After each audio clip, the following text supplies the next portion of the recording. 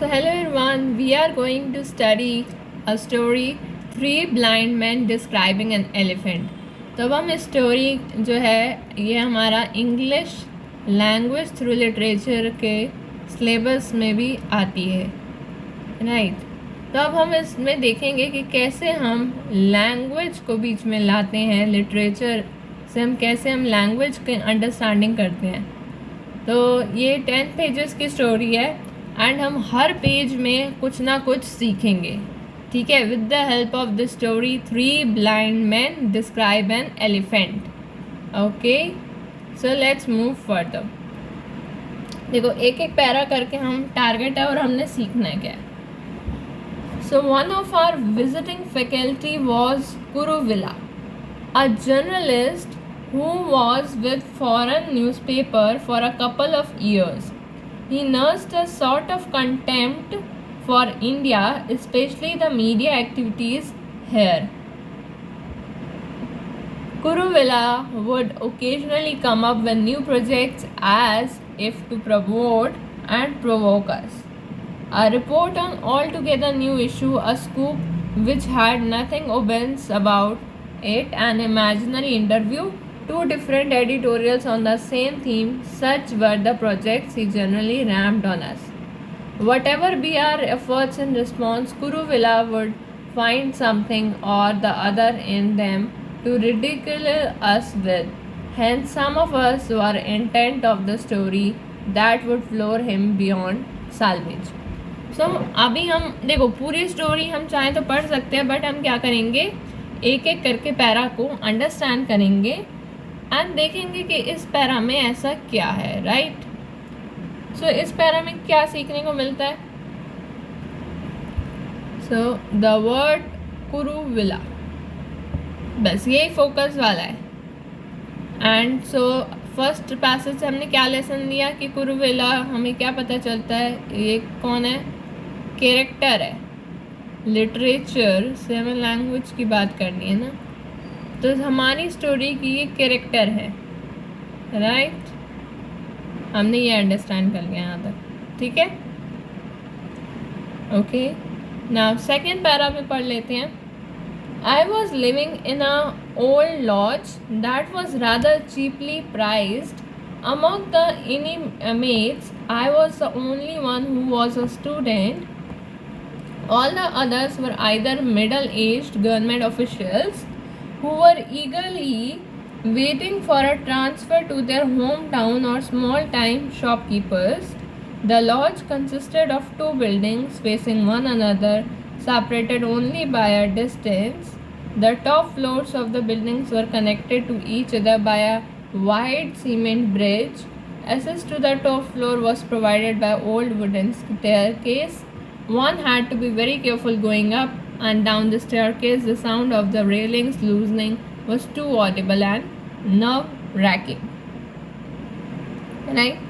तो यहाँ पे हमें इंफॉर्मेशन ये प्रोवाइड हो रही है कि आई was living in a old age that was rather cheaply prized. तो यहाँ स्टोरी से ज़्यादा चीज़ों पे फोकस कीजिए, ठीक है।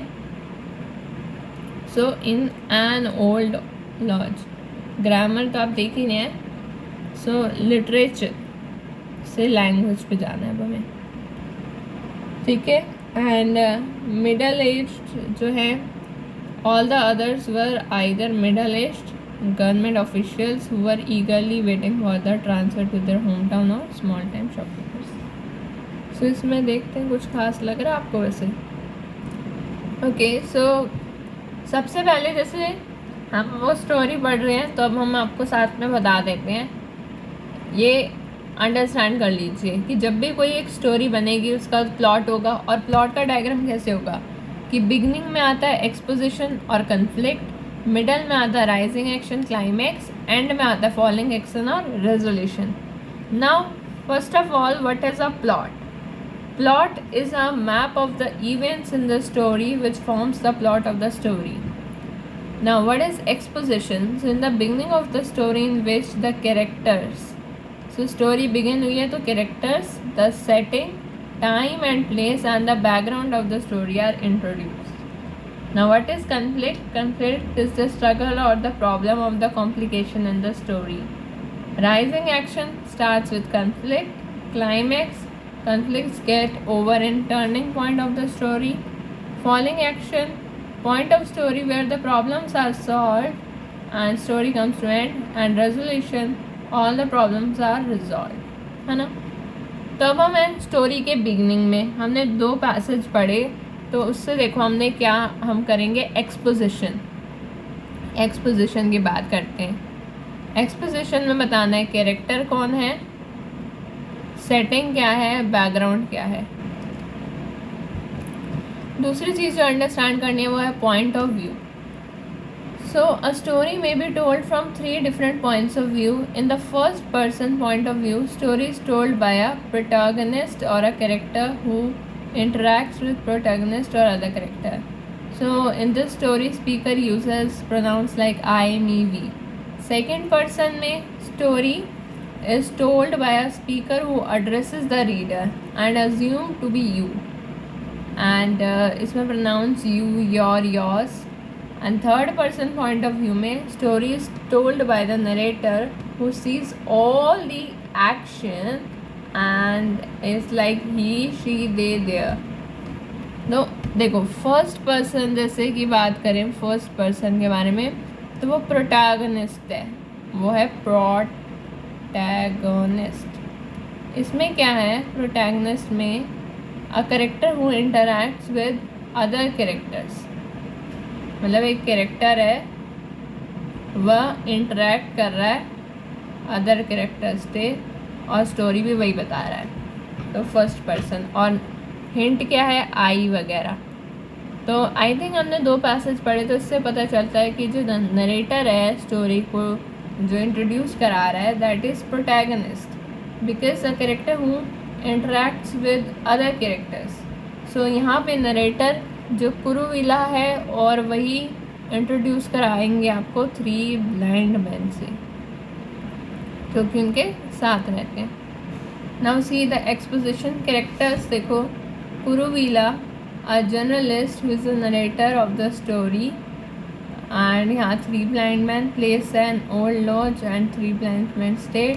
Story starts with introduction of Kuruvilla, and in particular he did not like standards of Indian media and he always made fun of things. So narrator and his colleagues try to come up with stories which may salvage them. Right? I hope clear है। तो basically जो कुरुविला है वो एक journalist है who did not like India, और Indian media तो उन्हें बिल्कुल ही नहीं पसंद। तो ये टॉपिक आप ध्यान रखिए, इंडियन मीडिया, है ना, इंडियन मीडिया। आगे बढ़ते हैं।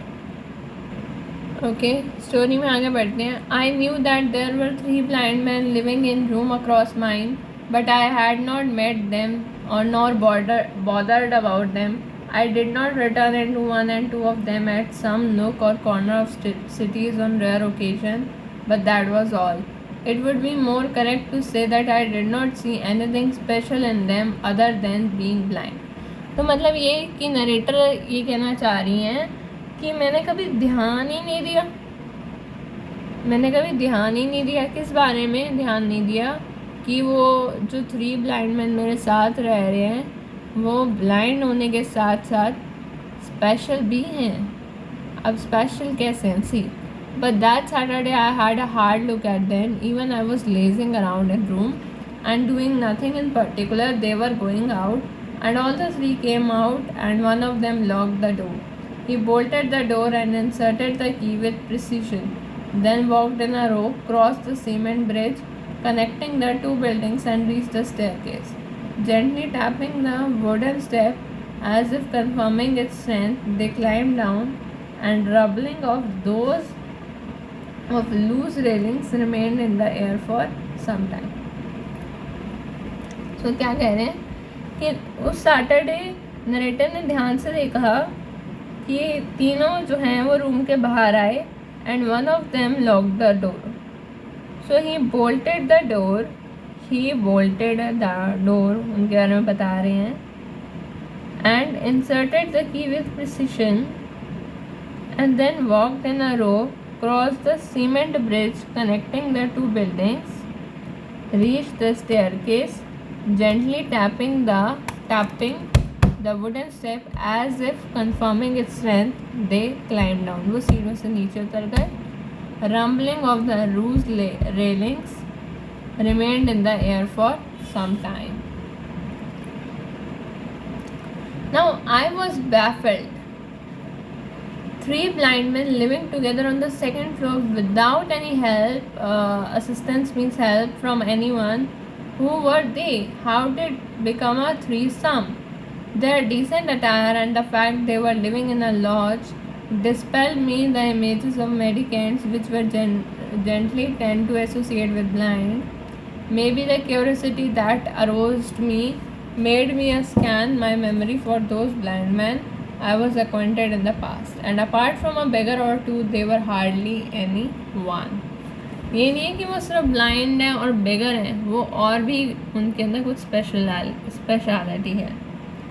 अच्छा, एक और बात ये बतानी थी, you can know this thing कि यहाँ पर आप जैसे नरेटर जो है वो आई यूज़ कर रहा है, तो फर्स्ट पॉइंट ऑफ व्यू है, मतलब प्रोटैगनिस्ट है एंड इंटरैक्ट भी कर रहा है ये किसके साथ, कैरेक्टर के साथ, अदर कैरेक्टर के साथ. एंड मोर ओवर जैसे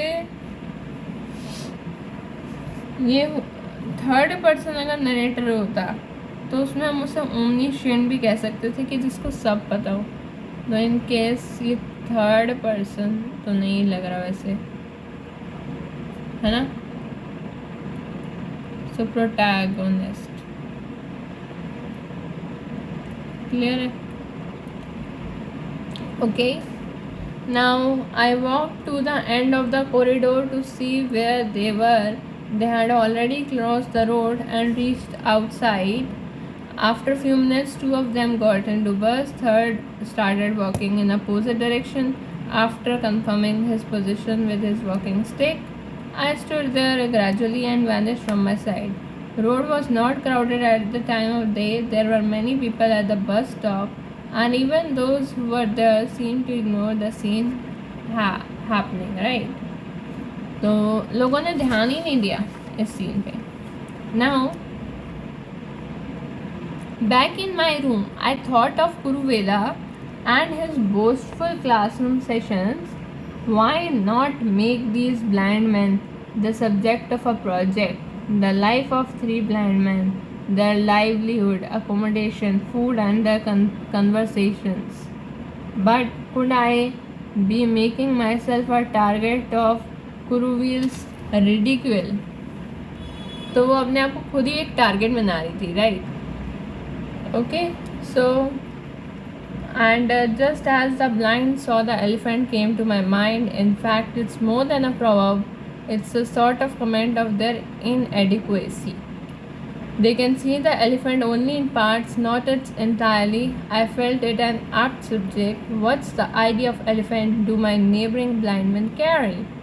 I abruptly started a discussion. तो हम इन्होंने डिस्कशन स्टार्ट किया कि क्यों ना एलिफेंट से रिलेटेड ही ब्लाइंड मैन के साथ डिस्कशन किया जाए. ठीक है, तो अब देखने हैं आगे क्या होता है स्टोरी में. तो ये जो है अब ये कॉन्फ्लिक्ट ही समझ लो आगे की कहानी देखने के लिए. ओके, सो इस लेक्चर में इतना ही.